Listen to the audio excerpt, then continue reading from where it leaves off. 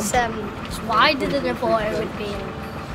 I thought it would have seats, but it doesn't. Well, I've never been on a ferry. I don't think it looks like a ferry.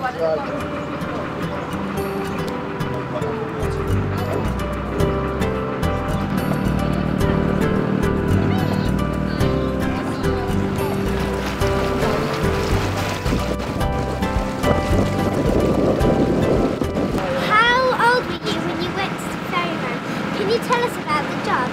Yeah, I was about 18 and the ferry was open from 6 in the morning until 10 o'clock at night, and he used to scull the boat over in an old wooden boat. And sculling is a form of rowing where you put the oar over the back of the boat and twist it left to right to propels the boat across the canal. These days we have a small boat called a dory, which has an outboard engine on, so gone from manpower moving a boat to an engine moving a boat. Can you tell us about the type of boats that has been used as ferries? Yeah. Right, the original one was this type, an old wooden cock boat it's called, very heavy. Then we had an aluminium boat with 2 oars either side, like that. What is the boat we're on today and what is it used for? This is a work barge.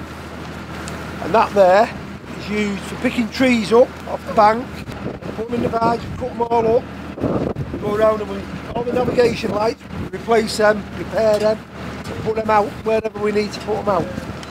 We also use this, 2 of them, end to end, with another barge in the middle to move cows twice a year across the canal. 180 we move. Is that why it's so wide?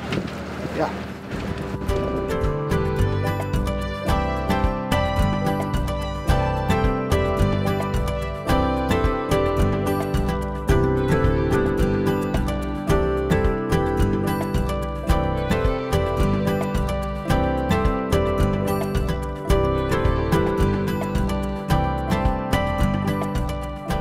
What are the best and worst parts of your job? Being out, I suppose. Being out and about, up and down on the canal all the time. Never the same thing any one day. Worst part is getting called out 2 o'clock in the morning on a regular basis.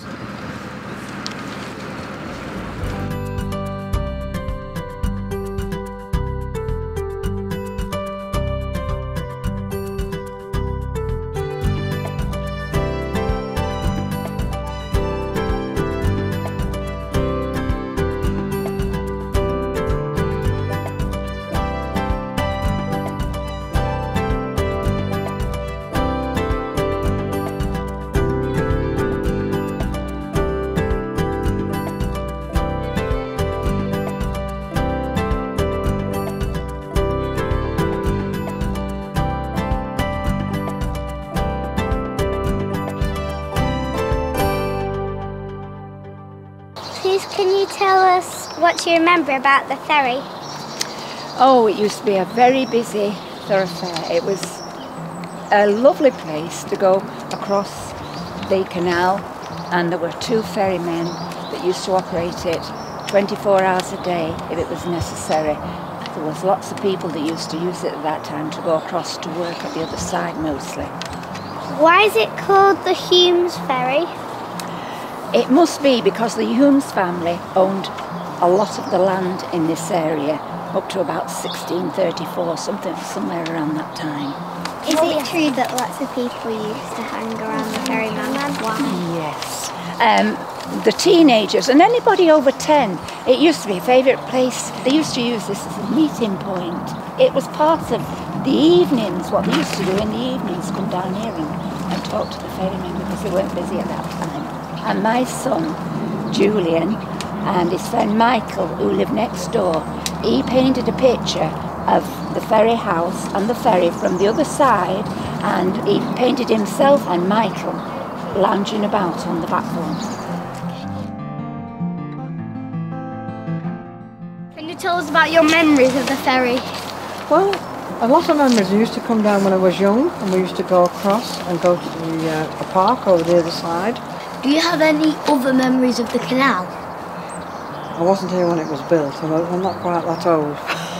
And when I was little, we used to, on the other ferry, we used to go sit on the bank and watch the boats go down, and there were soldiers, American soldiers, during the war, and they used to come along and they'd throw you chewing gum out to people, because you couldn't get sweets in England and chewing gum. We used to come down to the ferry a lot in those days as kids, and really enjoyed it. But we had one or two very good ferrymen, and in those days I was allowed to actually ferry the boat across. You know, you wouldn't be allowed to do that nowadays, but they used to leave me to it. And as whatever I was, 11-year-old, 12-year-old, ferrying a boat across by myself, it was great, good fun, it really was. All sorts of weather, and we got to know the ferrymen very well. But when I was at the junior school itself, we were actually brought down to the canal, and we actually watched the U-boats coming up that had been captured, and we all had to cheer as they were going past. But that's a long, long time ago. In those days, when the steelworks was open, of course a lot of people used to go over from here to work at the steelworks, which I did myself. I mean, it really was full of boats in those days. I forget how many thousands. It was really, really busy. It's nothing now in comparison. And they did used to have a ferry for cars. That didn't last too long because it was quite a pain in the neck to try and operate it, and eventually did close it down altogether. Do you know who used to live in the cottage? I do. A bloke called Roy Sherritt used to live in the cottage when I first started work on here. But then another bloke called John McDermott, he lived in the cottage for about 8 years. He died suddenly. He died suddenly, did he? Yes, John, yeah.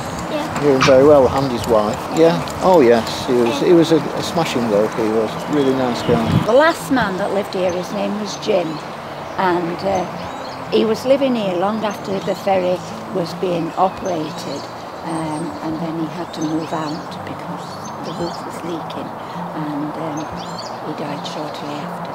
How did it get all sealed up and how close it is now? Because when he dies, it was left empty. And if you leave houses empty, All these furniture's still in there.